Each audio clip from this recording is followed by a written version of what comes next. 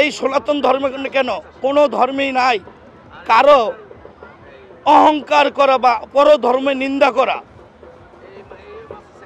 কেউ পর ধর্মকে নিন্দা করিবেন না।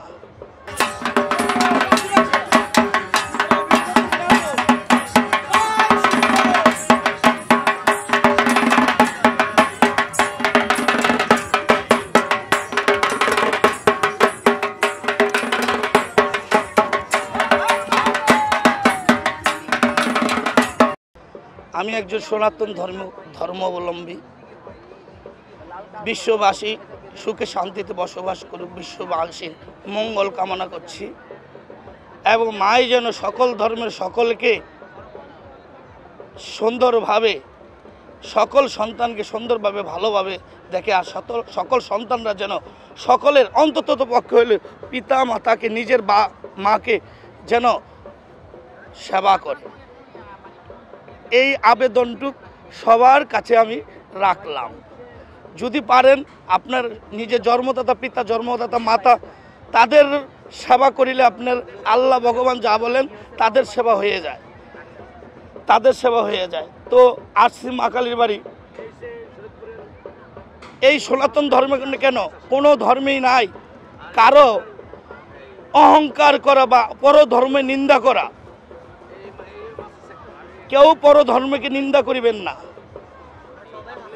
আপনারা সকলেই যার যার ধর্ম পালন করেন, বাপ মার সেবা করেন, সুখে শান্তিতে থাকেন, সেই কামনা করছি। সনাতন ধর্মাবলম্বীদের আছে অসংখ্য দেবদেবী এবং পূজা পার্বণ।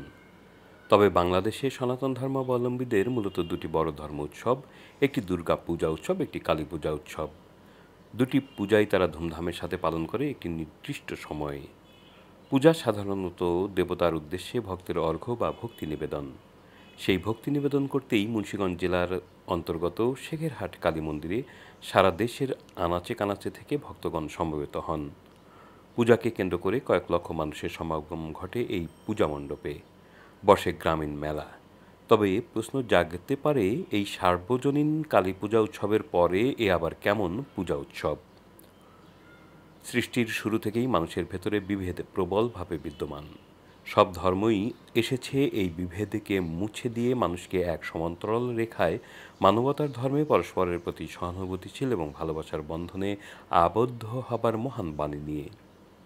কিন্তু সেই বাণী নীরবে নিভৃতেই রয়ে যায়। মানুষ ভুলে যায় পরস্পরের প্রতি মহানুভবতা, ভালোবাসা।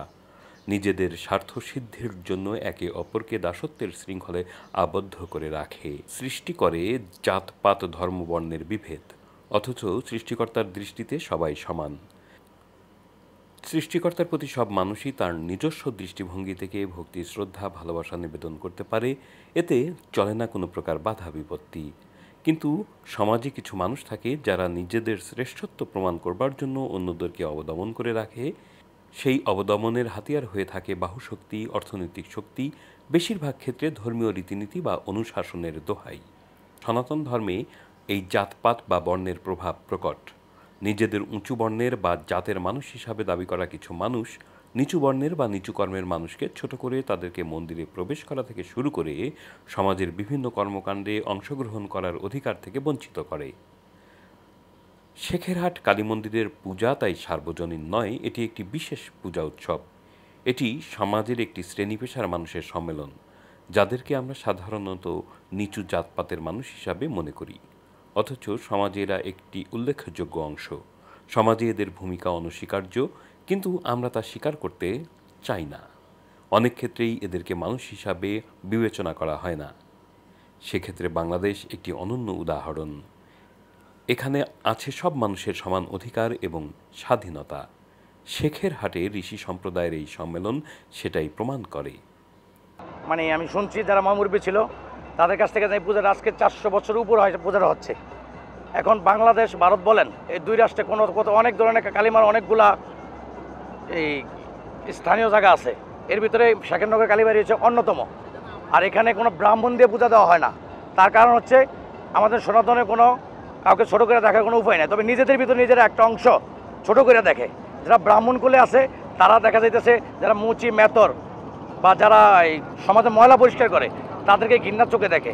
তো এই যে যারা ঋষি আছে, যারা চামড়ার কাজ করে, তারা মনে করেন মা কালীর ভক্ত, অনেকে মা চলে গেছে, এই মা কালীর রূপে মারে খুঁজে পায়।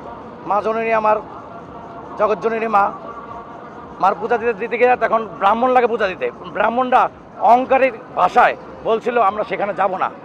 তখন থেকে ওই যে ভক্তের আসে ভগবান, এই ভগবানকে পূজা দিতে যায়, মা কালী পূজা দিতে যায়, তখন নিজেদের পূজা নিজেরা শুরু করে। আর বাংলাদেশে এবং ভারতে কোথাও নিজের পূজা নিজে দেওয়ার কোনো সিস্টেম নেই। একমাত্র শেখরনগর কালীবাড়ি ঐতিহ্য পূজা হচ্ছে আপনি আপনার পূজা দেন এখানে, আপনার পূজা আরেকজনে কী করে দিবে? আপনার ভক্তি আপনার কাছে, আপনার প্রেম আপনার কাছে, আপনার জ্ঞান আপনার কাছে। জয় মা কালী। শেখেরহাট কালী মন্দিরের পূজা হতে পারে ধর্মীয় প্রভুত্ববাদের বিরুদ্ধে কঠিন ও কঠোর প্রতিবাদের উদাহরণ।